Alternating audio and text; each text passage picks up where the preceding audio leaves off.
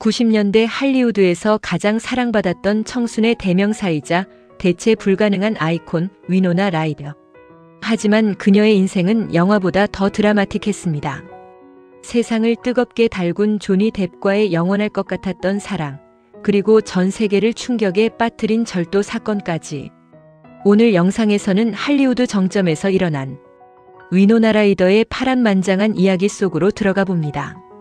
1989년 뉴욕, 18세의 위노나 라이더와 26세의 조니 뎁은 영화 대부 3편 시사회장의 시원한 코카콜라 스탠드 앞에서 처음 눈이 맞았습니다.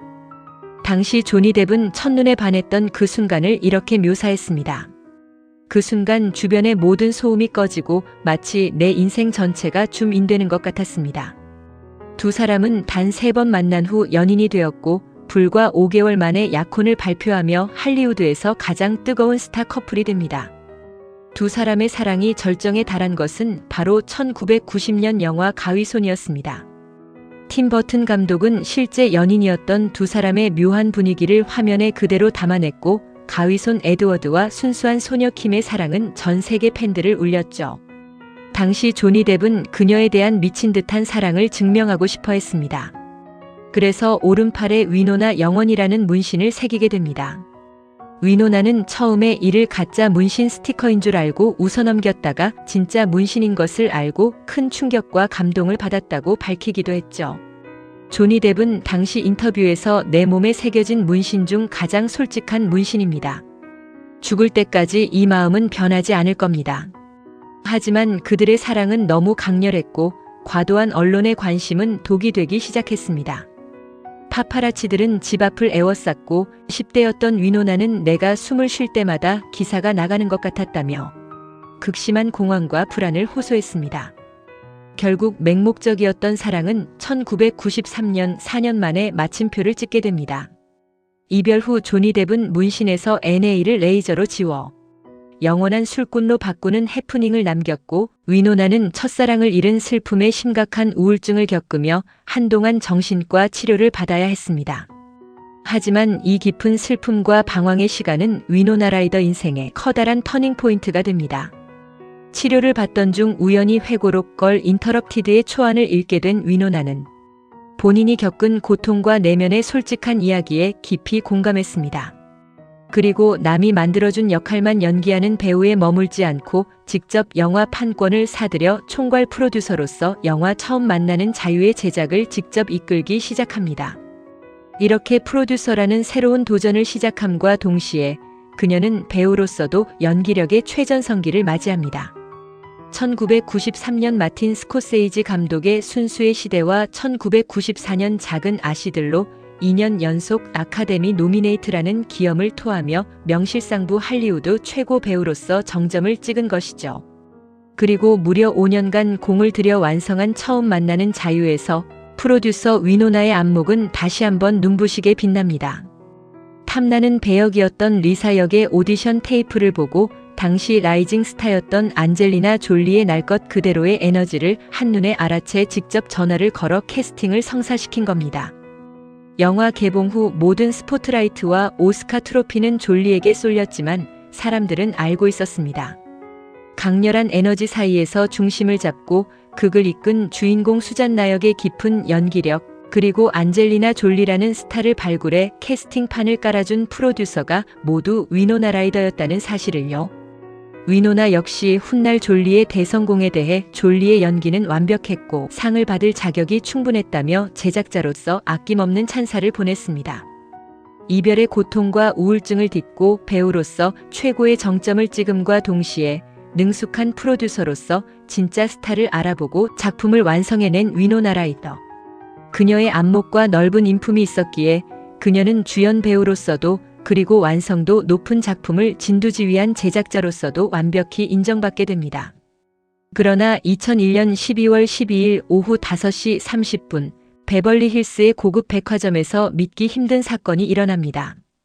위노나가 마크 제이콥스 스웨터, 세르지오 로시 구두 등 약 $5,500, 한화 약 700만 원 상당의 명품 20여 점을 가방에 넣고 보안 태그를 직접 가위로 잘라내다 백화점 보안 요원에게 현장에서 덜미를 잡힌 것입니다. 회당 출연료로 수백만 달러를 받던 톱스타가 왜 고작 5,500달러치 물건을 훔쳤을까? 당시 그녀가 체포될 때 가방 안에서는 처방전 없는 강력한 진통제 8종류가 발견되었습니다. 사건 얼마 전 팔이 부러졌던 위노라가 의사의 과다 처방으로 인해 강력한 처방약 중독 상태에 빠져 있었던 것이죠. 법정 공방 끝에 법원은 징역형 대신 집행유예 3년, 사회봉사 480시간, 그리고 벌금 및 배상금 약 1만 달러를 선고합니다. 절도 사건 당시 위노나 라이더가 훔쳤던 품목 중 가장 화제가 된 것은 바로 760달러짜리 마크 제이콥스 캐시미어 니트였고, 재판 당시 그녀는 마크 제이콥스의 2001 FW 컬렉션 드레스를 입고 법정에 출두했습니다.